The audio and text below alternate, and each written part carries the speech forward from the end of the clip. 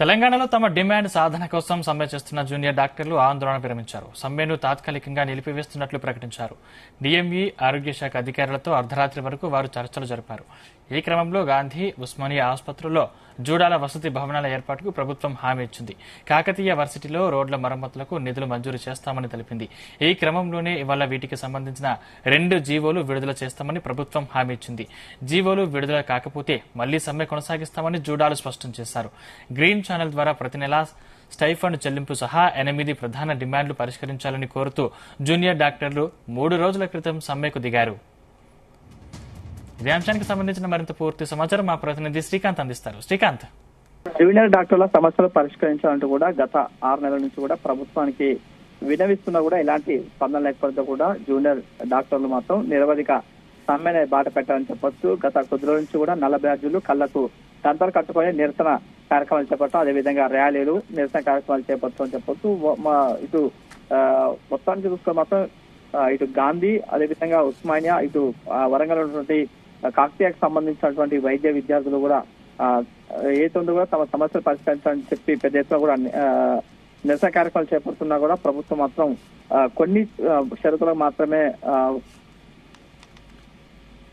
ఒప్పుకోవడం జరిగింది. ఏదైతే ఉందో అనుకున్నటువంటి ప్రధానంగా చూసుకుంటే మాత్రం వారికి సంబంధించినటువంటి ఏదైతే ఉందో కూడా ప్రతి నెల కూడా స్టైఫండ్ కోసం అధికారులను విన్నవించా కూడా నిధుల విడుదల కావట్లేదంటూ కూడా వీళ్ళు డిమాండ్స్ చెప్పడం, అదేవిధంగా మెడికల్ కాలేజీకి సంబంధించినటువంటి భవనాలు కూడా శిథిలావస్థకు చేరడం, అదేవిధంగా ఆసుపత్రులు కూడా శిథిలావస్థకు చేరడం, అదేవిధంగా కొన్ని ప్రాంతాల్లో ఉన్నటువంటి మౌలిక వసతులు లేకపోవడంతో కూడా ప్రభుత్వానికి అయితే కూడా విన్నవిస్తూ వస్తున్నారు. కానీ ప్రభుత్వం నుంచి ఎలాంటి స్పందన లేకపోవడంతో కూడా వీరైతే కూడా సమ్మె బాట చేపట్టడం, అదేవిధంగా దీనికి సంబంధించినటువంటి వీరైతే ఉందో కూడా ఇటు జూడాలు మాత్రం చేస్తున్నటువంటి ఈ సమ్మె నేపథ్యంలో కూడా ప్రభుత్వం అయితే కూడా చర్చలకు పిలిచడం జరిగింది. పిలిచిన నేపథ్యంలో కూడా నిన్న గత అర్ధరాత్రి వరకు డిఎంఈ, అదేవిధంగా ఆరోగ్య శాఖకు సంబంధించిన అధికారులతో కూడా చర్చతో జరిపారు. ఈ క్రమంలో కూడా ఇటు గాంధీ, అదేవిధంగా ఉస్మానియా ఆసుపత్రికి సంబంధించినటువంటి జూలాకు సంబంధించిన వసతి భవనాల ఏర్పాటుకైతే కూడా ప్రభుత్వం అయితే ఒక హామీ ఇచ్చింది. కాకతీయ యూనివర్సిటీకి సంబంధించిన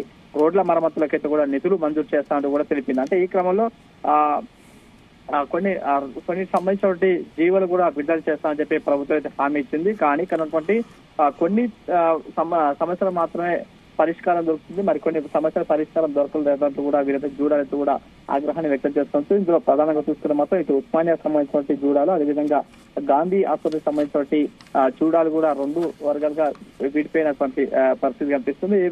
అంటే ఏదైతే కూడా సమ్మె విరమిస్తున్నట్టు కూడా గాంధీకి సంబంధించినటువంటి జూనియర్ డాక్టర్లు చెప్తున్నా కూడా ఇట ఉస్మానియా ఆసుపత్రి నూతన బిల్డింగ్ పైన కూడా ఒక క్లారిటీ రాకపోవడంతో కూడా సమ్మెను ఎలా విరమిస్తారంటూ కూడా ఇటు గాంధీ జూడాలను కూడా ప్రశ్నించాలని చెప్పొచ్చు. ఇటు ఉస్మానియా జూనియర్ డాక్టర్లు ఏదైతే ఉందో కూడా గాంధీకి సంబంధించినటువంటి విరమించినా కూడా ఉస్మానియాకి సంబంధించినటువంటి జూనియర్ డాక్టర్లు మాత్రం ఇంకా సమ్మె కొనసాగిస్తామని కూడా చెప్తున్నటువంటి పరిస్థితి కనిపిస్తుంది. సందీప్, శ్రీకాంత్, అంటే ఈ రోజు ప్రభుత్వం 2 జీవోల్ని విడుదల చేస్తామని హామీ ఇచ్చింది. అంటే జూడాలు జరిపిన చర్చలు సఫలించినట్టేనా?